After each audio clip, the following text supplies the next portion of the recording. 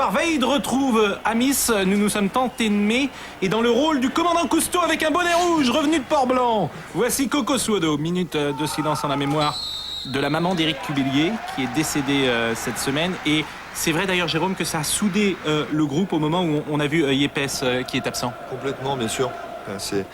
Éric est en train de vivre un match beaucoup plus dur que le nôtre et on a pensé à lui tout le temps, toute la semaine.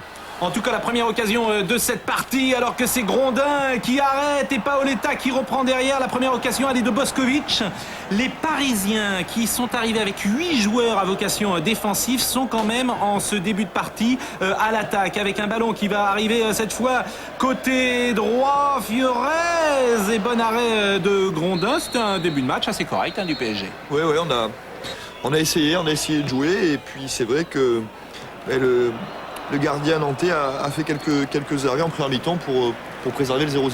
Tête d'Heinz à l'instant, mais là, la bonne domination parisienne, d'une certaine manière, s'arrête, alors que Darocha se crée la première occasion nantaise. Premier arrêt, difficile peut-être celui-là, parce que ça rebondit juste avant. Ça rebondit juste avant, et j'ai pris une petite sécurité en me reculant le plus près possible de ma ligne. Voilà. Et le Paris Saint-Germain, vraiment ce qui nous a frappé hier, c'est cette culture défensive qui est en train de mettre en place Vaïd Halilhodžić, à l'image de El Karkouri qui a été très très bon. Ballon pour Amada de Ziani, et il n'est pas hors jeu. Il n'est pas hors jeu sur cette action. Amada, regardez, ça pouvait être un face-à-face contre vous, Jérôme. Monsieur Colombo qui fêtait hier sa 200e sélection en L1. Ça fait maintenant plus de 15 ans qu'il arbitre. Monsieur Colombo, arbitre donc vétéran de la L1. Qui avait sifflé, suivi son juge de touche. Darocha pour une bonne frappe encore. C'était pas cadré, mais fallait aller la chercher quand même, Jérôme. On ne sait jamais, dans ces cas-là, vaut mieux assurer. 0-0 à la mi-temps.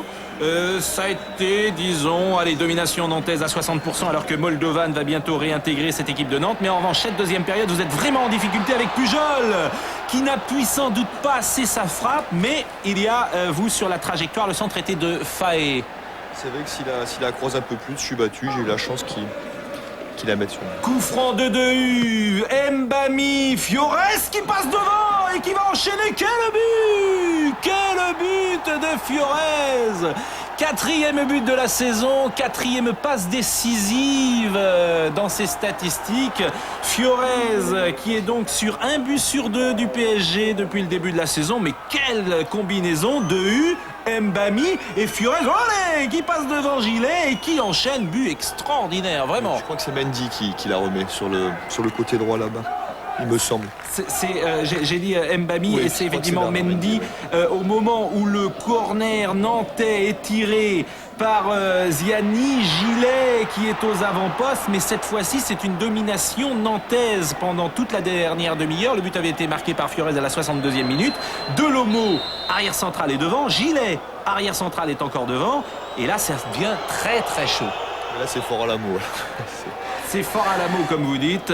Il n'y a durant cette période qu'une seule réaction parisienne, et elle est de Paoletta. Lolo Amis, est-ce qu'il s'inquiète? En tout cas, il voit son équipe qui tente à l'image de Pujol, mais vraiment résistance toujours derrière des Parisiens. Les corners s'enchaînent, il y en a une dizaine. C'était encore Ziani, Armand, Gilet qui est toujours aux avant-postes, et c'est encore sur la ligne que vous intervenez. C'est vraiment beaucoup de réussite, parce que je m'arrête, en fait j'aurais dû sortir avant et j'ai la chance que la tête me tombe dessus. Vairua est entré en jeu. Est-ce que c'est pas l'arrêt le plus difficile, celui-là, cette tête de Gilet? Celui-là, oui, c'est le vrai arrêt réflexe. En fait, on a un peu un gardien de hand, quoi. Donc c'était encore Gilet et qu'est-ce que vous dites d'ailleurs là?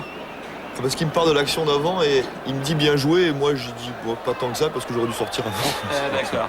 Ziani qui a donné sur la droite pour la fin de match avec Darocha qui était au centre. Il y avait Gilet également, Gilet, Delomo. Ils ont passé toute la fin de match devant, ce qui traduit d'ailleurs un certain malaise du SC Nantes aux avant-postes, parce qu'il manque de puissance dans l'attaque nantaise. Mais à l'arrivée, Vaïd l'a emporté 1-0. Paris réussit d'ailleurs très souvent à Nantes, puisque Paris a gagné 4 fois ces 8 dernières saisons. Nous devant, on a la chance de marquer.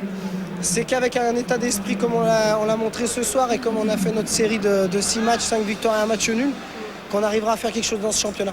Pour le moment, je vous dis, ça nous sourit bien, il faut en profiter.